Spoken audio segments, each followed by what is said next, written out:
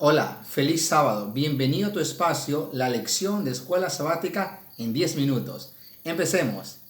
Esta semana la lección aborda el tema de cómo consideraban los discípulos y Cristo a la Biblia.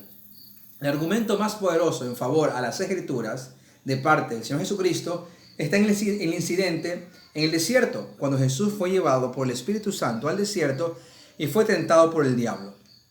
Tres preguntas o tres pseudos argumentos del diablo y tres respuestas poderosas, contundentes del Señor con un así está escrito. Vamos a ver el texto. Mateo capítulo 4, versículo 4 nos habla del primer incidente y Jesús responde así: está escrito, no solo de pan vivirá el hombre, sino de toda palabra que sale de la boca de Dios. Esta fue la respuesta a la tentación que el enemigo le plantea con respecto al alimento y al apetito. La primera de tres, las tres fueron contundentes, todas con un así está escrito. Cristo, siendo el dueño de la palabra, el Dios de la palabra, usaba la palabra. Ese es nuestro mejor ejemplo, que toda objeción, toda querella, toda cuestión debe ser rebatida con el texto bíblico. Toda tentación debe ser rebatida o enfrentada con el texto bíblico. Bueno, y así va a decirlo en todo el capítulo 4, el tema de la tentación de Cristo. Ahora, ¿cuál era el papel de Jesús con la ley? ¿Cómo Jesús abordaba la ley? Es interesante, los fariseos, el clan religioso, lo acusaban por abolir, infringir la ley. Muchas veces Jesús hizo milagros en sábado, como el hombre de la mano seca, donde Jesús explica en Mateo que así como ellos agarraban una oveja, la sacaban si caía en un pozo en el día sábado, en un barranco, cuanto más a un hombre. Y enseñó Cristo que el sábado fue creado para beneficio del hombre y no es al revés. Entonces quiere decir que el centro de atención del cielo, del universo, es el ser humano. Ni el sábado tiene el centro de atención como lo tiene el ser humano. El sábado fue creado en beneficio del hombre. Sin embargo, él fue acusado de infringir el sábado, de infringir la ley de Moisés y contradecir a los profetas. Pero miren cómo él responde con la palabra. Mateo 5:17 es un texto clave. Dice así, déjenme leer. No penséis que he venido para abrogar la ley o los profetas. No he venido para abrogar, sino para cumplir. Y añade, dice, hasta que pase el cielo y la tierra, no pasará ni una jota, ni una tilde de la ley. Ahora, la jota era una de las letras o símbolos más pequeños del alfabeto hebreo. Quiere decir que lo más mínimo de la ley, Cristo lo respetó. Ahora, lo que Cristo hizo fue una interpretación correcta de la ley. No olvides que Jesús es el más grande exégeta de la Biblia. Cristo es el más grande intérprete de las Escrituras. Cristo era el elemento ideal para interpretar las Escrituras conforme al original, conforme a la intención del autor, que los fariseos habían adornado y habían cargado la ley con tradiciones humanas. Por eso Cristo no va en contra de la ley, seguramente va en contra de las tradiciones humanas. Él les dice a ellos, hipócritas, les cierran la puerta a estos del paraíso, pero ustedes la tienen ganada al infierno. Os aseguro que las prostitutas y los pecadores irán adelante que ustedes. Ahora, Cristo lo que estaba en contra era de los artilugios o artificios humanos que habían colocado los fariseos en la ley. Ahora, otro texto en favor de las Escrituras, de la ley, lo encontramos en Mateo 22:37. Déjenme leer. Jesús les dijo, amarás al Señor tu Dios con todo tu corazón y con toda tu alma y con toda tu mente. Cristo está citando Deuteronomio 5, el gran mandamiento que Moisés dio al pueblo. Amarás a Jehová tu Dios con toda tu mente, con toda tu alma y con todo tu cuerpo. Cristo cita a Moisés. Era imposible que Cristo vaya en contra de Moisés. Era imposible. Cristo cita a Moisés. En el tema del matrimonio, Jesús le da el espíritu al texto. Le dice, Moisés, en el comienzo no fue así, pero Moisés permitió carta de divorcio por la dureza del corazón. O sea, Cristo está quitándole todo el rastrojo, todo el polvo que los fariseos le echaron al texto bíblico. Cristo lo que hace es soplar el polvo y enseñar el texto tal cual es. Ahora miren ustedes, vayan conmigo. Ahora, ¿cómo Jesús respaldaba o citaba toda la escritura. A mí me encanta el texto que la lección da. Por ejemplo, este texto me gusta, Lucas 24:13. Déjenme leerlo. He aquí dos de ellos iban el mismo día a una aldea llamada Emaús, que estaba a 70 estadios de Jerusalén. Esta es la experiencia de los discípulos que van a Emaús, de los caminantes de Emaús. Y el texto dice que ellos iban tristes por las cosas que habían ocurrido. Jesús había sido crucificado, era el tercer día, y ellos esperaban que Él sea quien redima a Israel.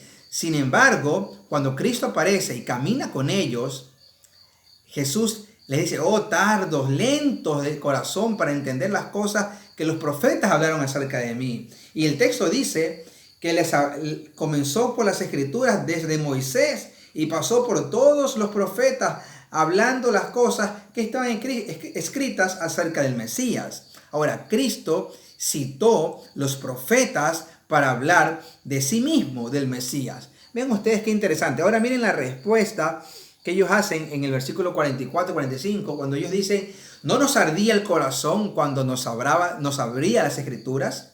¿No nos ardía el corazón cuando nos hablaba de las escrituras?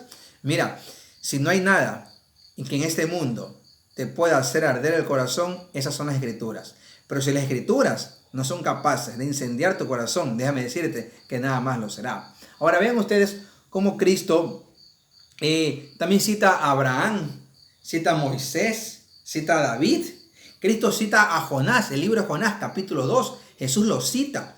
Dice, así como Jonás estuvo en el vientre del pez por 3 días y 3 noches, también estará en el vientre de la tumba el Hijo del Hombre. El libro de Jonás es uno de los libros más cuestionados por la alta crítica, por el pensamiento crítico religioso. Dicen que no existió, que eso es imposible, que son fábulas, que son cuentos fabulescos, son relatos inventados y que la Biblia debe ser desmitolizada de todo ese tipo de cuentos y mitos. Pero Cristo le da autenticidad al libro de Jonás. O sea, Cristo es un gran exégeta, es un gran respaldador bíblico del texto. Ahora vean conmigo cómo Jesús habla sobre el origen de la Biblia. Jesús va a decir en Mateo 19:4 y 5, dice, él respondiendo les dijo, ¿no habéis leído que el que los hizo al principio, varón y hembra los hizo? Jesús está citando ahora mismo el Génesis 1 y 2, el relato de la creación del hombre, de la tierra y los cielos. Y así tienen una cantidad de textos citados oportunamente por la lección en cuanto a eso. Ahora déjenme ir a los apóstoles para ir terminando. ¿Cómo citaban los apóstoles el texto bíblico? Para mí, un texto que no está en la lección, pero yo lo voy a señalar acá. Hechos capítulo 2. En el primer discurso de un apóstol lleno del Espíritu Santo, imbuido del Espíritu Santo, tomado por el Espíritu Santo, Pedro predica un sermón poderoso y tiene una conversión maravillosa de una multitud entera. Ahora, él y sus 11 compañeros se levantan en pie y miren cómo comienza el discurso de Pedro. El discurso dice así, versículo 16, dice, mas esto os lo dicho por el profeta, y en los postreros días, dice Dios, derramaré de mi espíritu sobre toda carne, y vuestros hijos y vuestras hijas profetizarán, vuestros jóvenes verán visiones, y vuestros ancianos soñarán sueños. Pedro está citando Joel capítulo 2. Ahora miren cómo Pedro va a citar también a David, los salmos. Verso 25 de Hechos 2, porque David dice de él, veía al Señor siempre delante de mí, porque está a mi diestra, no seré conmovido, por lo cual mi corazón se alegró. Miren ustedes, Pedro cita el texto bíblico. Pablo, ¿qué hablar de Pablo? Tremendo exégeta de Cristo. Pablo cita a Habacuc. En Romanos, Pablo dice, el justo por la fe vivirá. Está citando a Habacuc capítulo 2. Ahora, déjame decirte que los discípulos fueron tremendamente exégetas del texto. Todos los discípulos, todos los que escriben en el Nuevo Testamento fueron exégetas del texto. Ahora, para terminar, vean ustedes el dato que da la lección de manera maravillosa. Miren ustedes cuántas referencias hay en el Nuevo Testamento del Antiguo. Dicen que hay por lo menos, aquí tenemos, miren ustedes, déjenme encontrar. Muy bien, aquí está. Tenemos 2.688 referencias específicas, 400 en total, Ahora lo va a clasificar. 400 de Isaías, 370 de los Salmos, 220 de Éxodo y otras, entre otras. Entonces vean ustedes cómo el Nuevo Testamento cita al Antiguo. La Biblia es una unidad completa de escritos, que los autores vivieron en diferentes épocas, en diferentes contextos, pero hay un solo autor, que es el Espíritu Santo. El canon bíblico es confiable, no es un libro más, no es una conjugación de libros, biblios, no. Aparte de eso, a más de eso, el canon bíblico es la palabra de Dios, la palabra que crea, que transforma, que regenera.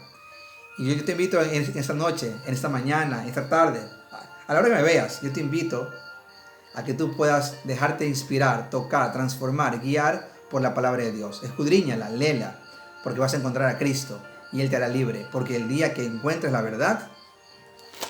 verdad os hará libre. Feliz sábado. Un abrazo fraterno. Nos vemos.